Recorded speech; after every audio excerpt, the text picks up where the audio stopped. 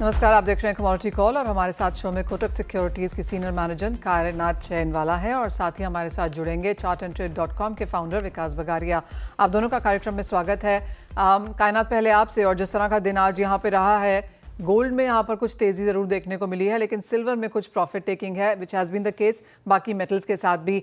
Important day है आज क्योंकि यूएस का इन्फ्लेशन डेटा है और वहाँ से आगे मालूम पड़ेगा कि किस तरह के क्यूज़ इंटरेस्ट रेट्स में या डॉलर इंडेक्स के लिए रह सकते हैं। कैसे देखती हैं आप ये ग्लोबल क्यूज़ और क्या सेंस है आज प्रेशियस मेटल्स के लिए? Thank you Manisha for inviting me. जैसे हमने देखा है कि गोल्ड के लिए अनसर्टेनिटी एक बहुत ज़्यादा इंपॉर्टेंट ट्रिगर होता है प्राइसेस के लिए, तो वही हमको आज देखने को मिल रहा है। सिल्वर में काफ़ी अच्छी एक रैली पिछले सेशंस में देखने को मिली है, इसलिए आज थोड़ा सा एक पुल बैक देखने को मिला है। बट ओवरऑल जो यूएस चाइना के ट्रेड टॉक्स को लेके डेवलपमेंट्स आई है, प्रोग्रेस डेफिनेटली है, बट जो लैक ऑफ डिटेल्स है उसकी वजह से मार्केट्स थोड़ा सा एज पे है कि एक्चुअली आगे डेवलपमेंट्स कैसे होने वाली है। वेदर चिप्स वर्सेस जो यूएस का जो यूएस ने जो चाइना पे चिप्स के ऊपर जो एक्सपोर्ट कंट्रोल लगाया था और जो चाइना ने रेयर अर्थ कंट्रोल्स लगाए हैं, क्या वो लिफ्ट होते हैं? That is the major concern of the markets. अगर वो ईज हो जाते हैं कंसर्न, देन डेफिनेटली गोल्ड के लिए थोड़ा सा नेगेटिव रहेगा वो, but that needs to be seen because अभी तक डिटेल्स कोई आए नहीं है मार्केट्स में।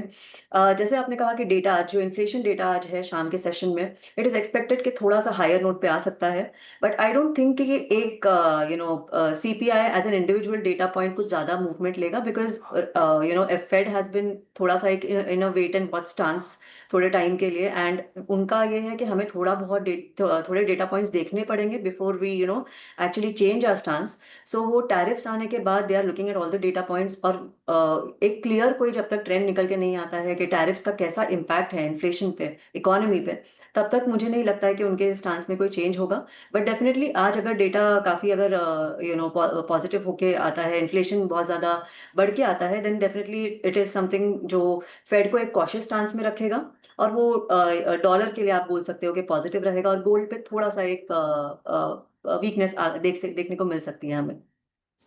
ओवल एब्सोल्युटली, काफ़ी सारे नंबर्स हैं और उसका इम्पैक्ट आगे जाके देखने को मिल भी सकता है और कायनात ने हमें समझाया है कि अगर डेटा स्ट्रॉन्ग आता है या वीक आता है तो किस तरह का इम्पैक्ट डॉलर पे रह सकता है। एक चार्ट चेक भी ले लेते हैं। विकास साहब, सिल्वर के चार्ट्स अब आपको कैसे नजर आते हैं? वीकली, मंथली नंबर्स यहाँ पर ऑन द पॉजिटिव साइड हैं। जो ये कंसोलिडेशन है, कैसे रीड कर रहे हैं आप? हाँ जी, गुड इवनिंग मैम। हाँ मैम, सिल्वर में देखिए एक बड़े मूव्स के बाद में सिल्वर कंसोलिडेट कर रहा है। बट ऐसा लग रहा है कि सिल्वर में अभी भी अप ट्रेंड बाकी है, क्योंकि वीकली चार्ट में जो 1,03,000 और 4,000 का जो रेजिस्टेंस जोन था, वो एक मल्टी ईयर ब्रेकआउट देखने के लिए मिल रहा है। तो जब तक सिल्वर 1,03,000 के ऊपर मेंटेन्ड है तो बाई ऑन डिप्स की रणनीति रहेगी।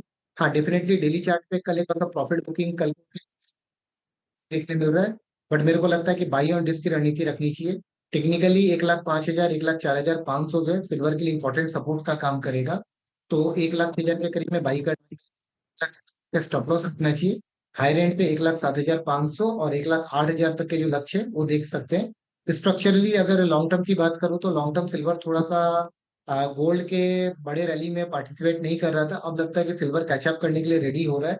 तो स्ट्रक्चरली लॉन्ग टर्म जो टारगेट है वो 1,10,000 से लेके 1,20,000 तक भी मूव करते हुए सिल्वर पे नजर आ सकते हैं। जी मैम। कानात, एक और जो सेट ऑफ डेटा जो मार्केट्स देख रहा है एज ऑफ नाउ, डेटा नहीं event rather, but US and China trade agreement जो शायद काफ़ी प्रोग्रेस करी है, एक final dot on the paper अभी भी शायद बाकी है। साथ ही साथ जो थोड़ी सी गिरावट डॉलर इंडेक्स में देखने को मिली है, उसका क्या इम्पैक्ट देखती हैं, specially metal as a sector में, इंडस्ट्रियल मेटल्स पर? जैसे अभी हमने देखा है कि यूएस ने ऑलरेडी स्टील और एल्यूमिनियम पे टैरिफ्स लगाए हैं, और क्योंकि फियर्स बने हुए हैं मार्केट में कि कॉपर में भी वो टैरिफ आगे जाके लगा सकते हैं।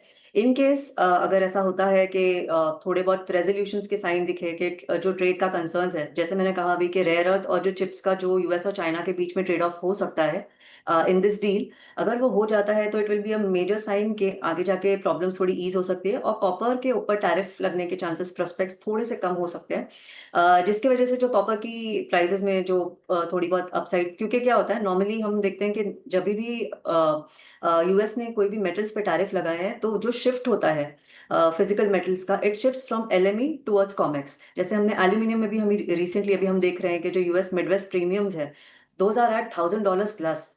जो रश है to get from LME to COMEX जो एल्यूमिनियम को लेके, वो हमें अभी देखने को मिल रहा है। साथ में एक चीज हमने ये नोटिस करी है कि जब भी टैरिफ्स इम्पोज होते हैं तो एक इन्वेंट्री ड्रॉ होता है फ्रॉम एलएमई, जो एक बहुत टेम्पररी फैक्टर होता है for upside on the LME, क्योंकि अगर आप लॉन्ग टर्म देखें तो उसका मैक्रो इकोनॉमिक इम्पैक्ट जो है वो नेगेटिव ही है।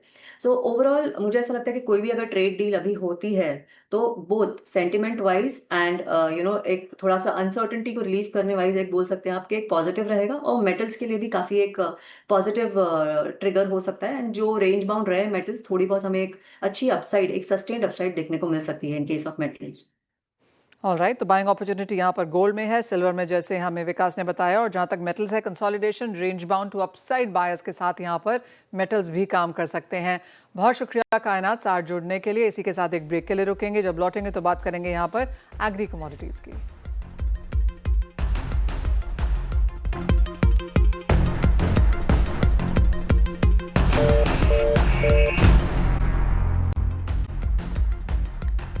हमारे साथ ऑल इंडिया दाल मिल एसोसिएशन के प्रेसिडेंट सुरेश अग्रवाल हैं। सुरेश जी नमस्कार, आप बिजी हैं पिछले कई दिनों से। एमपी में तो आपने यहाँ पर टूर में एटलीस्ट मंडी टैक्स को खत्म करवाया है, बाकी दालों में क्या सीन है, किस तरह की मीटिंग्स हैं फिलहाल? कल मध्य प्रदेश सरकार की कैबिनेट की मीटिंग में तुअर दाल को स्थायी रूप से छूट प्रदान की है। पहले एक एक साल की सरकार देती थी। हमने उनसे डिमांड की कि हमको महाराष्ट्र, कर्नाटक, देश के बाहर बर्मा, तंजानिया, सऊदी, इन देशों से तुअर आयात करनी पड़ती है, तो इसकी स्थायी छूट हमको मिले। तो कल कैबिनेट में माननीय मुख्यमंत्री जी ने हमारे इस बात को मानकर ओनली तुअर पर छूट प्रदान की है। उसमें उड़द, मूंग, चना, मसूर, इनको जरूर उन्होंने रोक लिया है। क्या स्थिति बनी, क्यों इन पर ब्रेक लगाए, उसमें फिर दोबारा मुख्यमंत्री जी से मिलेंगे। पर तुअर को हिंदुस्तान में मध्य प्रदेश सरकार ने मध्य प्रदेश में ला के दाल बनाने पे छूट प्रदान की है, ताकि हम किसी भी मुल्क से तुअर ला के मध्य प्रदेश के अंदर उत्पादन करें और किसान को अच्छा मूल्य मिले और दाल की जो कीमतें कम होगी उससे उपभोक्ता को फायदा होगा। तो ये एक सरकार ने निर्णय लिया है और ये काफी अच्छा निर्णय है। इससे उद्योग भी लगेंगे, नए उद्योग लगने की संभावना भी रहेगी, क्योंकि इसमें उन्होंने लॉन्ग टर्म पॉलिसी का इस्तेमाल किया है कि लंबी पॉलिसी रहेगी तो लोग दाल इंडस्ट्री मध्य प्रदेश में लगाने पर फिर से विचार करेंगे। अभी लोग पलायन करने में विचार करते थे, अब लगाने में विचार करेंगे।